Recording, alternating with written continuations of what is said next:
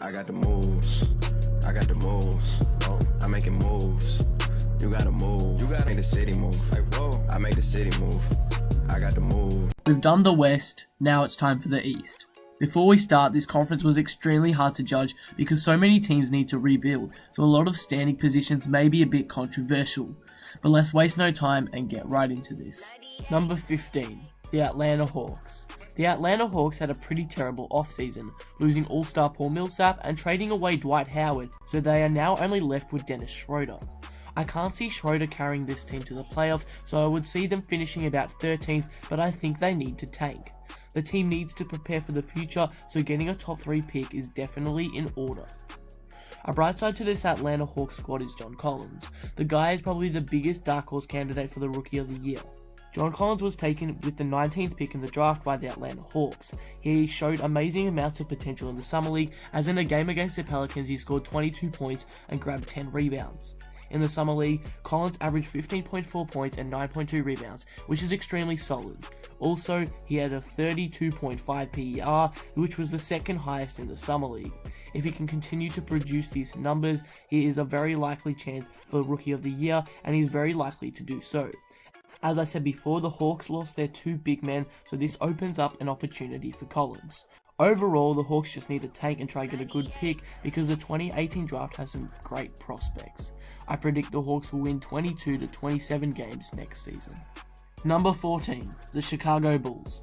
The Chicago Bulls are most people's worst team for this season, but I think the talent this team has is better than the Hawks roster, so that's why I put them here.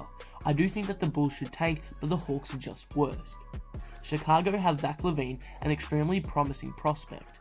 He couldn't shine on the Timberwolves, and everyone predicts that he will burst out and show what he's made of on the Bulls, and I agree with that statement. But here's the thing, Zach LaVine has had an ACL injury last season, and we know how that can affect NBA players' careers. Take Derrick Rose for an example, once an MVP, now a 6th man on minimum wage. So I just hope that Zach LaVine can return to full strength and not have any worries for the rest of his career. Another interesting player to watch on this team is Chris Dunn. People are already labeling him as a bust, and he has only played 1 season. The reason for his terrible start to his career is because of his previous coach Tom Thibodeau. Thibodeau is known for not playing his rookies. Now on the Bulls, Chris Dunn can hopefully prove the haters wrong and prove that he's not the bust everyone thinks he is. Basically, the Bulls have young talent but not enough yet. For them, they must tank and then look to the future and hope their young talent will develop. I predict the Bulls will win 25 to 30 games next season. Number 13, the Brooklyn Nets. The Brooklyn Nets had a pretty successful offseason. They finally gave up on Brook Lopez and traded for D'Angelo Russell. That was probably their best move all offseason. Though Brooklyn may be one of the worst NBA teams currently, this is a huge opportunity for D'Angelo. He is the only noteworthy player on the team, but that does not mean he has to carry a horrible team. Brooklyn also managed to pick up Allen Crabbe and other good role pieces to make up the team, so it's not like D'Angelo can't rely on anyone but himself. This opportunity is one D'Angelo cannot miss, as he's still the first option on the team. D'Angelo could average 18 or 19 points next season with 5 assists. After the All-Star break last season, D'Angelo averaged 18 points, so that's in store for what will come next season. Brooklyn also has a 6th Man of the Year candidate with Jeremy Lin. Jeremy Lin has found a perfect role in the Nets. He averaged 14.5 points per game last season, which is the highest points per game he's had ever since his New York Linsanity days. I see Brooklyn this high on the standings though, because they really want to win and there is no point in tanking, because they traded away their pick to Boston in 2013. They have no pick, so what's the point in losing on purpose? I think this is the year where we see D'Angelo finally step out and become a star. I predict the Nets will win 30 to 35 games, but I think they could win 36 if D'Angelo really becomes a star. Number 12, the Orlando Magic. Before I talk about Orlando, I just want to say Brooklyn and Orlando are tied 12th, I guess. I couldn't really split them, so keep that in mind. The Orlando Magic suck. They are terrible. There is honestly nothing I can say about them except for the fact that they are so bad. There is one bright spot for this team though, and that is Jonathan Isaac. He is an overlooked rookie, probably because he is on the Magic. In the Summer League, he averaged 10.3 points and 8 rebounds, and in the preseason, he's been averaging 8.5 points per game and 3 rebounds. Onto some other players, I really hope Alfred Payton can break out next year, and I hope Aaron Gordon keeps up the fantastic work he's been doing. But for Orlando, the contending days seem ages away. I predict the Orlando Magic will win 30 to 35 games next season. Number 11, the Detroit Pistons. The Detroit Pistons get way too much hype. Last year, everyone was certain that this was a playoff team, and Andre Drummond was going to be an all-NBA type player. Clearly, that didn't happen, and it's not going to happen this year either. Here's the first problem with Detroit: Reggie Jackson.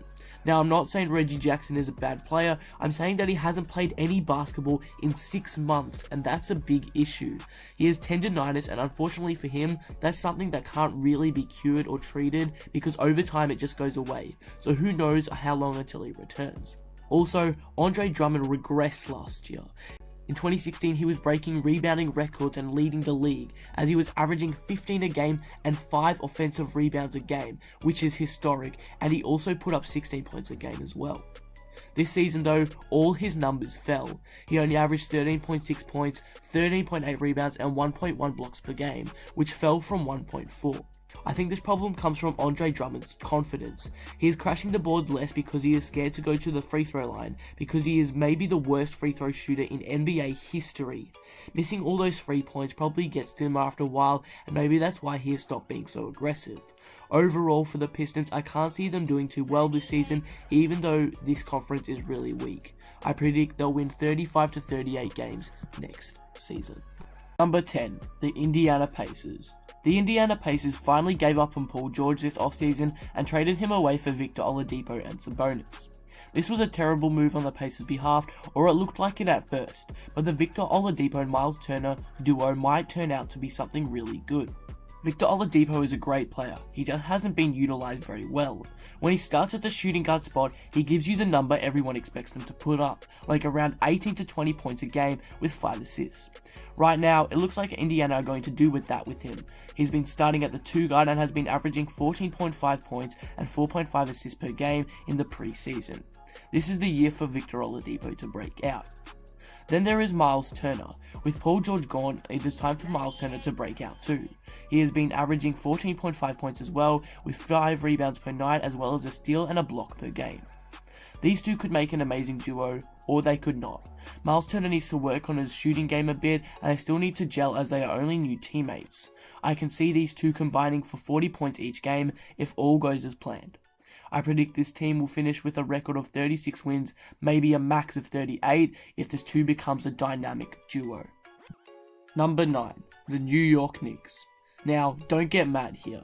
The Knicks are this high simply because there are so many trash teams in the Eastern Conference, and to be honest, I can't see them being any lower than the teams I just mentioned, so to those who think they should be lower, I agree, but I just can't make myself put them lower. The win difference between this seed, though, and the 8 and 7 seed is actually quite a lot, so don't worry, I don't think they are playoff contenders.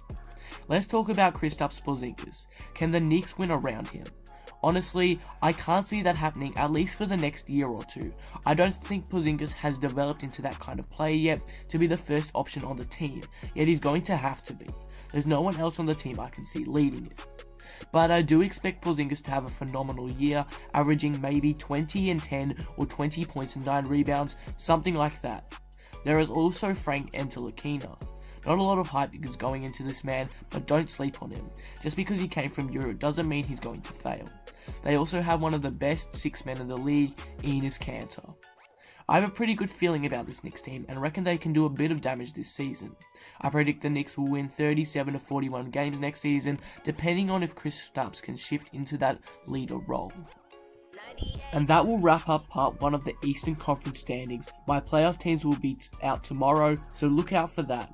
Let me know what you think of the standings predictions in the comments. If you are new, I'm an NBA channel where I make videos like this 3 times a week, so if you're interested, subscribe. Thanks again for watching. Don't forget to like, comment and subscribe if you enjoyed, and I am out. Peace. I fuck foreign bitches, I ride foreign cars. I fuck foreign bitches, I ride foreign cars. Bitch look at my